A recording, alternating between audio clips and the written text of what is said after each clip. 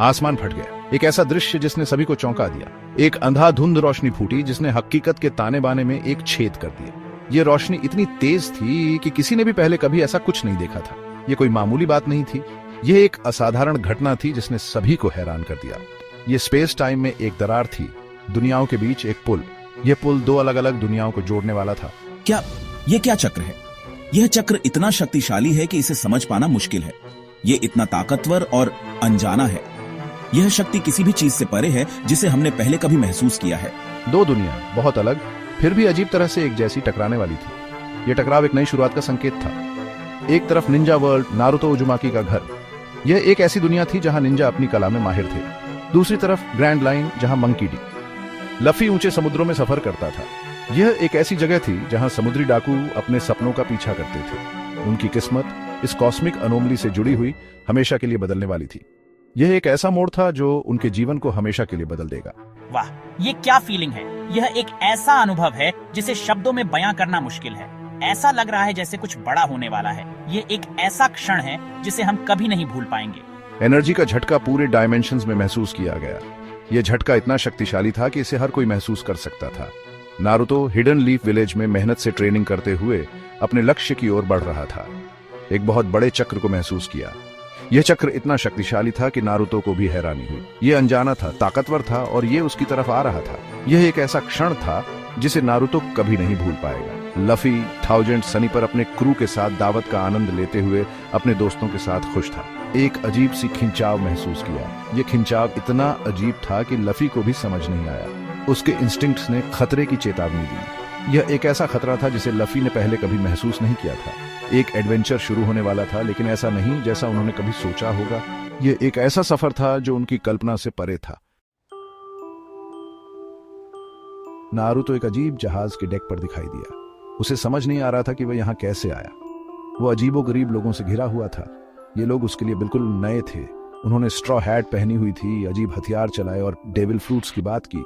Naruto को यह सब बहुत अजीब लगा। ये कोई ऐसी जगह नहीं थी जिसे वो पहचानता था। उसे लगा जैसे वह किसी और ही दुनिया में आ गया हो।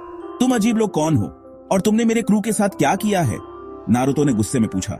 लफी खुद को एक विशाल मेंढक की मूर्ति के ऊपर पाया। उसे भी समझ नहीं आ रहा था कि वह यहाँ कैसे आया। इमारतें उसके ऊपर मंडरा रही थी। ये जगह भी उसके लिए बिल्कुल नई थी। लोग चक्र, जूत्सु और होकागे के बारे में फुसफुसा रहे थे। लफी को यह सब सुनकर और भी अजीब लगा। कंफ्यूजन छाया हुआ था। वो कहां थे, दोनों ही समझ नहीं पा रहे थे। मैं मंकी डी, लफी हूँ और मैं पायरेट्स का किंग बनने वाला हूँ, लफी ने गर्व से कहा। और तुम मेरे रास्ते में हो, लफी ने नारुतो को चेतावनी दी। गलत फहमियां अक्सर झगड़े का कारण बनती हैं। यहां भी ऐसा ही हुआ। ये कोई अपवाद नहीं था। दोनों ही एक दूसरे को दुश्मन समझ रहे थे।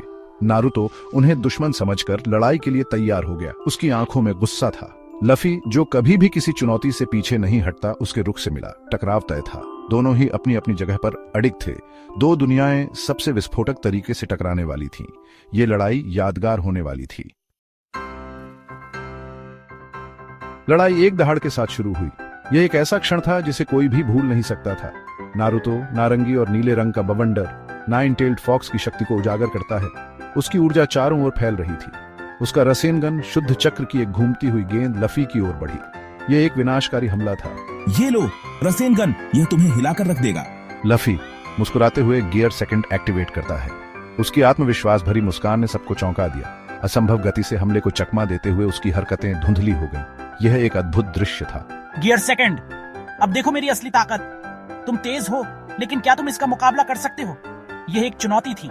उनके हमलों के प्रभाव ने उनके आसपास की नींव को हिला दिया। यह एक भूकंप जैसा था। स्ट्रॉ हैट्स विस्मय में देखते रहे, क्योंकि नारुतो की गति झोरो की भी बराबरी करती थी। यह एक अविश्वसनीय दृश्य था। कोनोहा के निंजा हाँफने लगे, क्योंकि लफी के रबर जैसे अंगों ने सभी झांझ जूत्सु को धता बताया। यह एक असाधारण क्षण था। नारुतो, अपना गार्ड डाउन मत करो। यह लड़ाई अभी खत्म नहीं हुई है। यह पायरेट कोई साधारण दुश्मन नहीं है, वह बहुत खतरनाक है। टाइटन्स का क्लैश शुरू हो गया था और यह एक महाकाव्य लड़ाई थी और नतीजा किसी का भी अनुमान था। यह एक ऐसा संघर्ष था जिसे कोई भी नहीं भूल सकता। मैंने इस रबरमैन को कम आंका। सुनहरा चक्र ने नारुतो को ढंक लिया। उसने सेज मोड में प्रवेश किया था। उसकी इंद्रियां तेज हो गई थीं और उसके हमले प्रकृति की ऊर्जा से सशक्त, पहले से कहीं अधिक मजबूत थे। नारुतो, अब पीछे मत हटो। लफी नारुतो की नई शक्ति का दबाव महसूस करते हुए अपनी दहाड़ के साथ जवाब दिया। उसने गियर फोर्थ एक्टिवेट किया। उसका शरीर एक विशाल मस्कुलर रूप में बदल गया। उसका हक्की, उसकी इच्छा की अभिव्यक्ति नारुतो के चक्र से टकरा गई। लड़ाई जारी रही, उनके अटूट दृढ़ संकल्प का प्रमाण। जैसे ही लड़ाई अपने चरम पर पहुंची, दरार से एक डार्क मौजूदगी उभरी। ब्लैकबियर्ड मार्शल डी टीच, वो पायरेट जो खुद अंधेरे को तरसता था, युद्ध के मैदान में कदम रखा। उसके साथ एक ऐसा व्यक्ति था जो नारुतो से बहुत परिचित था, ओरोचिमारू महान सन्निन। उसकी आंखें दुर्भावनापूर्ण इरादे से चमक रही थीं। यह शक्ति, ये मुझे बुला रही है। ऐसी क्षमता संघर्ष पर बर्बाद। हवा तनाव से भर गई। नारुतो और लफी असली खतरे को भांपते हुए जानते थे कि उन्हें तेजी से कार्य करना होगा। उनकी लड़ाई इस नए खतरे के सामने महत्वहीन भुला दी गई। एक कॉमन दुश्मन ने उन्हें एक कर दिया था। उनकी संयुक्त ताकत ही उनकी दुनिया के लिए एकमात्र आशा थी।